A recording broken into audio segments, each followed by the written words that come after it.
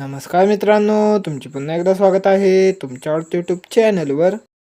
तर आज सकाळी सकाळीच मी आलो होतो आमच्या गावातील जुन्या घरामध्ये, जिथे आम्ही आधी राहायचो आणि आता आम्ही येथे भैरवनाथ महाराजांची पूजा करतो. दर रविवारी आणि सुट्टीच्या दिवशी मी आमच्या गावातील घरामध्ये देवाची पूजा करण्यासाठी येतच असतो. तर यानंतर मी आलो आमच्या माळावरील मक्याच्या शेतामध्ये. तर यावर्षी आम्ही या संपूर्ण मोठ्या वावरामध्ये मका लावली होती. पहा, इतकी सुंदर मका इथे आली होती आणि अर्ध वावरसुद्धा आता आम्ही कापून झाले आणि आता पुढील मका आम्ही कापणार आहोत.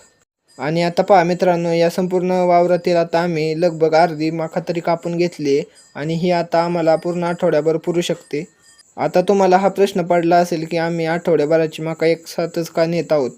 तर हे आमच्या माळावरील शेत आमच्या घरापासून खूप जास्त लांब आहे आणि दररोज येथे मका कापण्यासाठी येणे आम्हाला शक्य होत नाही. त्यामुळे आम्ही आठवड्याभराची मका एक साथच कापून नेतो. आता मका तर कापून झाली, परंतु आता या मक्याला घरी कसे आणायचे. तर अशा प्रकारे पप्पांनी या मक्यांच्या पेंड्या बांधल्या आणि या पेंड्या आम्ही आमच्या शाईन सोबत घेऊन आलो यांच्या कुट्टी मशीनजवळ. आता या इतक्या मक्याला आम्ही या कुट्टी मशीनजवळ का आणले असेल, तर याचं कारण हे आहे की ही मका जेव्हा आम्ही आमच्या म्हशींना खायला घालायचो तर 4-5 दिवस तरी हिरवीगार राहायची, परंतु आठवड्याभर ही मका हिरवीगार राहत नव्हती आणि यामुळे म्हशी आमच्या संपूर्ण मक्याला सुद्धा खात नव्हत्या आणि भरपूर सारा चारा वाया जात होता. त्यामुळे यावेळेस मात्र आम्ही ही संपूर्ण मका अशा प्रकारे आर्यांच्या कुट्टीजवळ घेऊन आलो. जेव्हा आपण या संपूर्ण मक्याला अशा प्रकारे कुट्टी करून एखाद्या पोत्यामध्ये किंवा या मुरघासच्या बॅगमध्ये साठवून ठेवतो, तेव्हा ही मका जास्तीत जास्त काळ हिरवी राहते आणि गुरेसुद्धा यांना खातात. त्यामुळे भरपूर चारासुद्धा वाचतो आणि आपल्या गुरांची तहान आणि भूकसुद्धा भागते. पण आम्ही यापूर्वी कधीही अशा प्रकारे मक्याचा मुरघास केला नव्हता. त्यामुळे आम्हाला माहीत नव्हते की आमच्या म्हशी खातील की नाही, कारण म्हशींना जर यामधून थोडासासुद्धा खराब वास येऊ लागला तर म्हशी मात्र खाणार नाहीत. पण आता काय होतं आहे ते आपण रात्रीच पाहूयात.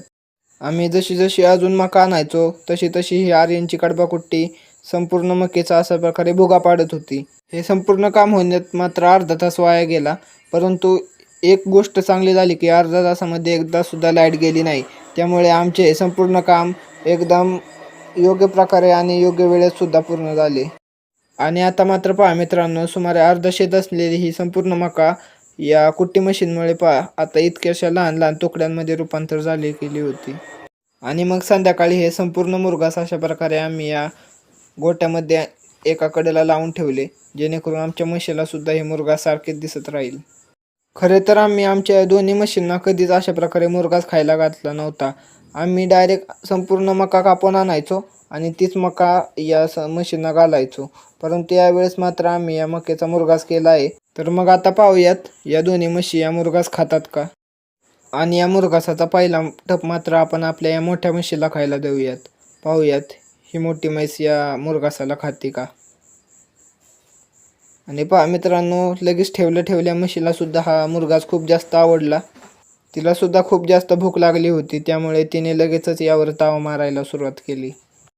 आता आपण लहान म्हशीला ठेवून पाहूयात ती खाते का. आणि तुम्ही पाहू शकता आपल्या लहान म्हशीला सुद्धा हा मुरघास खूप जास्त आवडला आहे आणि तिला सुद्धा दुपारपासून खूप जास्त भूक लागली असावी. त्यामुळे तिने हे संपूर्ण मुरघासाचे टप एकदम मनसोक्त आनंदाने खाऊन घेतले. तर एकंदरीत आपल्या दोन्ही म्हशींना सुद्धा ही मक्याची केलेली मुरघास खूप जास्त आवडलेली आहे आणि आता आम्ही दरवेळेस या मक्याची मुरघासच करणार आहोत. तर पाहूयात त्यावेळेस सुद्धा ही म्हस खाते का नाही. तर कसा वाटला आजचा व्हिडिओ कमेंटमध्ये नक्की सांगा. व्हिडिओला लाईक करा आणि चॅनलवर नवीन असाल तर लवकरात लवकर आपले SK12 व्लॉग्स यूट्यूब चॅनलला सबस्क्राईब करा. धन्यवाद.